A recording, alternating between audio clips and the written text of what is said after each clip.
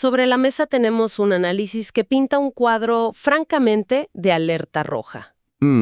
Es una conversación entre los analistas Agustín Laje y Carlos Rukov. ¿Sí? Y la tesis que ponen sobre la mesa es, mira, muy contundente.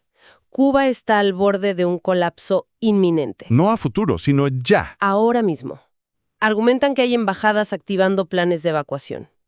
Una crisis energética que deja a la isla con reservas de combustible para apenas unas semanas. Poquísimo tiempo. Y todo esto, dicen, orquestado por una presión asfixiante desde Washington. Es una narrativa muy potente, muy específica. Sin duda. Así que nuestra misión hoy es meternos de lleno en los argumentos que usan para sostenerla. Exacto. Y entender, pieza por pieza, por qué afirman que el tablero geopolítico en el Caribe está a punto de cambiar drásticamente. Y es clave entender, creo, desde el principio que ellos no presentan esto como un evento aislado. No, para nada. Lo enmarcan como el capítulo final de un proceso que, según la visión de ellos, comenzó en Venezuela. Ajá. En el material se habla de la caída del gobierno de Nicolás Maduro como un hecho consumado que activa una especie de teoría del dominó. Claro. Cae una pieza y arrastra a la siguiente. Exactamente. La idea que subyace en todo su análisis es que, sin el salvavidas venezolano, Cuba pierde su principal pilar de sostenimiento. Queda expuesto. Queda expuesto como nunca antes. Así que todo lo que vamos a desglosar está, de alguna forma, conectado a esa premisa inicial. De acuerdo. Entonces, si te parece, empecemos por la afirmación más inmediata y, más dramática que hacen. La que más llama la atención. La que capta la atención, sin duda, los planes de evacuación. El análisis aquí no se anda con rodeos. Va directo al grano. Habla de que embajadas europeas y latinoamericanas ya están moviendo ficha para sacar a su personal. Sí. Pero no solo eso, que es lo que me pareció más fuerte, sino que también empresas internacionales estarían haciendo lo mismo. Wow. Y mencionan un ejemplo muy concreto para anclar esto, para que no suene a rumor. A ver. Un supuesto comunicado de la Cancillería argentina pidiendo a sus ciudadanos no viajar a la isla y a los que están allí que se vayan. O sea, una recomendación de evacuar. Exacto. Esto sugiere una sensación de urgencia extrema, ¿no? Como si supieran que la ventana de oportunidad para salir se está cerrando, rápidamente. Exacto. Y la raíz de esa urgencia, según el argumento de Laje y Rukov, tiene un solo nombre: combustible. La energía. La energía. Su análisis, que está fechado el 1 de febrero de 2026, es lapidario en este punto. Afirman que Cuba tiene reservas de petróleo para, y cito, Sí. 15 o 20 días más. 15 días. Y que a finales de este mismo mes, el país literalmente se apaga. Uf. Describen lo que llaman un bloqueo de suministros casi hermético en 3 frentes. A ver, ¿cuáles son? Primero detallan que una compra de combustible que Cuba había gestionado en África fue, interceptada o frenada. Ok. Segundo, y esto es clave para su teoría del dominó, afirman que Venezuela, al estar ahora bajo una nueva esfera de influencia estadounidense, ha cortado por completo el grifo. Se acabó esa ayuda. Se acabó. Y tercero, que China, un aliado tradicional, habría comunicado que solo enviará petróleo por razones estrictamente humanitarias. Que eso se interpreta como un goteo mínimo, no un salvavidas. Es decir, un cerco energético casi total. Y es justo aquí donde la fuente introduce una de sus afirmaciones más audaces. Sí, una que lo cambia todo. Una que realmente cambia la percepción del juego. Aseguran tener información de que Raúl Castro y el actual presidente cubano ya estarían en negociaciones para un exilio en Moscú. ¡Wow! Si esto fuera cierto, como ellos lo plantean, ya no estaríamos hablando de un régimen que lucha por sobrevivir. No, claro. Sino de uno que está planeando su propia disolución. Precisamente. Pasa de ser una crisis a ser, como dices, una liquidación controlada. Sí. Y lo fascinante es cómo el análisis conecta esta situación interna con la estrategia externa. Esto no se presenta como una simple escasez. No es algo casual. Para nada. Es el resultado de una política deliberada y muy, muy agresiva por parte de la administración Trump. ¿Qué política exactamente? Se habla de una orden ejecutiva que, en la práctica, funciona como una sanción secundaria. ¿Qué significa eso? Que impone aranceles punitivos a cualquier país, a cualquier empresa que se atreva a venderle petróleo a Cuba. Ah, claro. Es, en esencia, hacer que el costo de ayudar a Cuba sea prohibitivamente alto para el resto del mundo. Y las cifras que citan del Financial Times para ilustrar el efecto de esta política son, si son correctas, demoledoras. Sí. Sostienen que en lo que va de 2026, la isla ha recibido un único cargamento de México, Uno solo, de apenas 84.900 barriles. que suena mucho, pero hay que ponerlo en contexto, ¿no? Totalmente. Porque si comparamos eso con el promedio que la isla recibía en 2025, Sí. barriles diarios. Diarios. Es que esa es la palabra clave. La diferencia es un abismo. Es pasar de beber de una manguera de bomberos a intentar sobrevivir con un gotero. El impacto en la vida diaria debe ser brutal. Totalmente. Y aquí es donde el análisis trasciende lo puramente económico y se adentra en la geopolítica. ¿Cómo? Lo que describen es un ejemplo de manual de lo que se conoce como guerra híbrida. Claro. No hacen falta tanques ni misiles cuando puedes cortar las arterias económicas de un país. El combustible es la sangre. Es la sangre, de cualquier economía moderna. Sin él, no hay transporte público, no hay generación eléctrica para los hogares, Ni hospitales. ni hospitales. No funciona la cadena de frío para los alimentos. La industria se paraliza. Es un colapso. La crisis de combustible es tan severa y, bueno, tan deliberada como la pintan. La pregunta obvia es, ¿quién se beneficia? Claro, Y ahí es donde el análisis se mete de lleno en la política de Washington. ¿No es así? completamente. La conversación de Laje y Rukauf es muy explícita al respecto. Ajá. Argumentan que el timing, o sea, el momento, no es casual. ¿Por qué? Todo el cronograma de esta presión acelerada estaría sincronizado con las elecciones de medio término en Estados Unidos. Las de noviembre. Las del 3 de noviembre, exacto.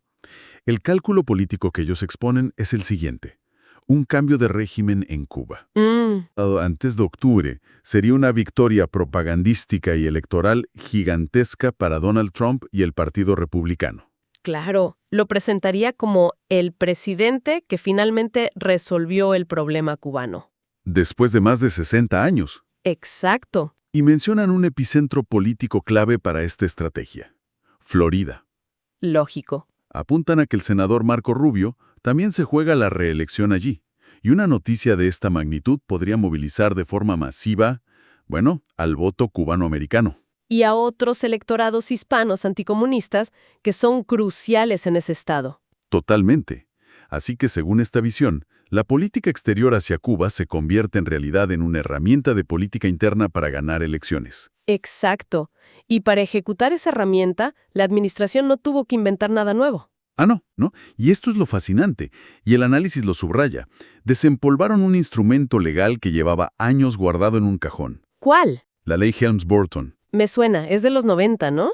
Es de los años 90, una ley increíblemente dura, pero que sucesivas administraciones, tanto demócratas como republicanas, Ok. incluyendo las de Obama y Biden, habían mantenido, suspendida en sus cláusulas más agresivas. La mantenían dormida. La mantenían dormida para tener margen de maniobra diplomática. ¿Y qué es lo que hace que esta ley sea tan potente? Según la descripción que ofrecen, claro. Porque su reactivación total sería el golpe de gracia. Según el análisis, su poder reside en que permite un bloqueo económico, financiero y comercial casi absoluto. ¿Va mucho más allá de las sanciones normales? Mucho más allá. Una de sus cláusulas más temidas, y que la fuente asegura que está sobre la mesa, es la prohibición total de las remesas. Eso es... Hay que entender lo que esto significa. Las remesas que envían los cubanoamericanos a sus familias en la isla son una de las principales, si no la principal, fuente de divisas del país. Claro, es vital. Cortar eso de raíz sería como quitarle el oxígeno a una economía que ya está en terapia intensiva. Sí. Pero hay otro elemento de la ley que es igual de importante y que los analistas destacan. ¿Cuál sabía? Que la Helms-Burton no es solo punitiva.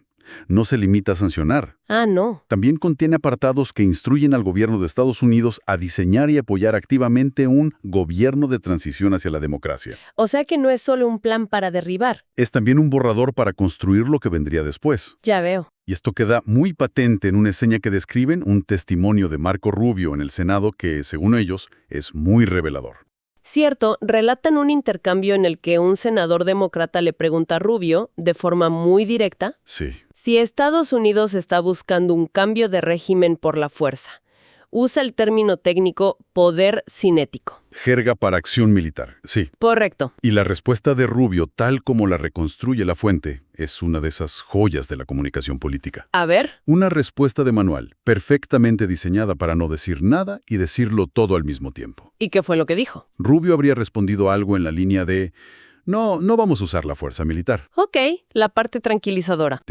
Añade, pero sí nos encantaría ver un cambio de régimen en Cuba, y vamos a usar absolutamente todo lo que la ley Helms-Burton nos permita para lograrlo. Es una forma muy, muy calculada de decir, no habrá tanques en las calles de La Habana.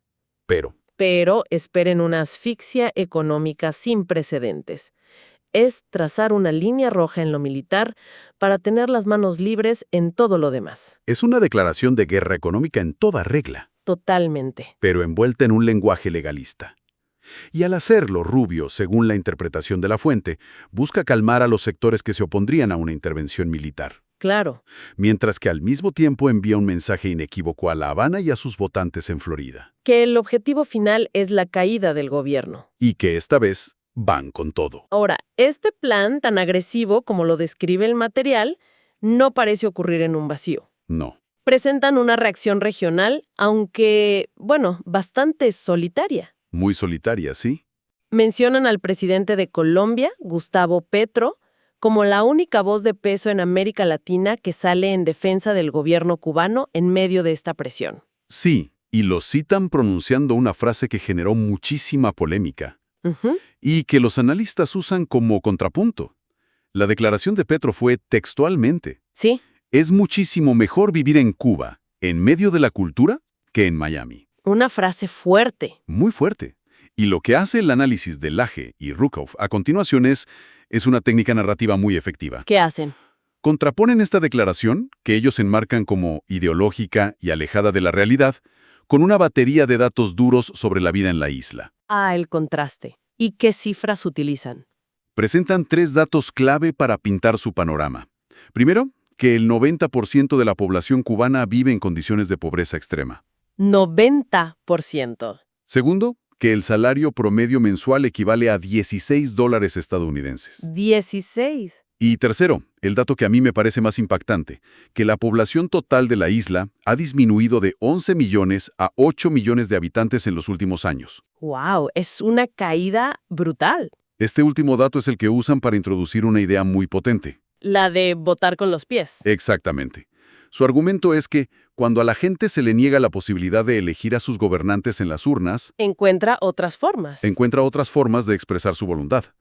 Y la más drástica es el exilio. Sostienen que esos 3 millones de personas que faltan no desaparecieron. Se fueron. A menudo arriesgando la vida en el estrecho de la Florida, en balsas improvisadas. Y esta migración masiva para ellos es el referéndum más honesto sobre la calidad de vida en la isla. Y una refutación directa a la frase de Petro, según su visión. Exacto. Es que hay que detenerse a pensar en el impacto de esa cifra, ¿no? Perder casi 1/3 de tu población es una herida demográfica de la que un país tarda generaciones en recuperarse. Y ese exilio no solo es un dato demográfico. Se convierte en un actor político de primer orden, sobre todo en Estados Unidos. Sin duda. El material menciona un detalle que me pareció fascinante, casi anacrónico. ¿Cuál? Habla de que están llegando decenas de miles de cartas de papel a la Casa Blanca y al Departamento de Estado. ¿De papel? De papel, enviadas por la diáspora cubanoamericana exigiendo acciones contundentes. Increíble. Más allá del método, que suena a otra época, lo que revela es el nivel de movilización, la presión constante que este grupo ejerce sobre la política estadounidense. Es la voz de ese exilio que, según la narrativa de la fuente, Petro ignora por completo. Exacto. Lo que plantea una pregunta importante sobre las percepciones en conflicto, ¿no? ¿A qué te refieres? La fuente presenta 2 Cubas. Una, la de la visión ideológica que romantiza aspectos culturales o logros sociales pasados. Ya. Y otra, la de los datos económicos y migratorios que, según su análisis, gritan desesperación. La existencia de una diáspora tan grande, tan cercana geográficamente y tan activa políticamente en la principal superpotencia mundial, es un factor único. Es un factor que hace que la situación de Cuba sea única y que no se puede ignorar en esta ecuación. Bien, recapitulemos. Si unimos todas las piezas del rompecabezas que nos presentan Laje y Rukov, el cuadro final es... Es el de una tormenta perfecta. Totalmente. Por dentro, una crisis terminal por la falta de energía que paraliza el país. Por fuera, una estrategia de asfixia económica, metódica y con un cronograma electoral liderada por Estados Unidos. ¿Sí? Y en la cúpula, Un liderazgo que, según la afirmación más audaz de este análisis, ya no estaría pensando en resistir. Sino en negociar su propia salida. Exacto. Esa es la síntesis de su argumento. La situación actual de Cuba, desde la perspectiva de estas fuentes, no es un evento aislado ni una crisis más. No. Es la convergencia de múltiples fuerzas que se retroalimentan. La desesperación económica de la población, que alimenta la migración y la presión externa. Ajá. Una estrategia geopolítica de Estados Unidos muy calculada que aprovecha esa debilidad interna. Y los intereses electorales. Y los cálculos electorales de los líderes en Washington, que ven en esta crisis una oportunidad política. Según ellos, es el resultado de décadas de presión que finalmente llegan a un punto crítico de forma simultánea. El análisis que hemos desglosado se enfoca de manera muy detallada en el cómo y el porqué de este posible colapso. Sí, son muy específicos en eso. Describen las palancas económicas, las jugadas políticas, las presiones internas, dejan muy claro el camino que, según ellos, lleva a la caída del régimen. Pero esto, inevitablemente, deja una pregunta crucial flotando en el aire. Una que su análisis no parece abordar. ¿Cuál sería? Si este cambio que predicen realmente ocurre, ¿qué viene después? Claro. ¿Cómo se reconstruye una nación después de 67 años bajo un mismo sistema, con una herida demográfica tan profunda y con tantos intereses y voces influyentes tanto dentro como sobre todo fuera de la isla? El mundo se quema, nosotros traemos los datos. No te quedes fuera del análisis. Suscríbete, dale like y comenta tu posición en este conflicto. Geopolítica para el fin del mundo, información para los que no quieren morir engañados.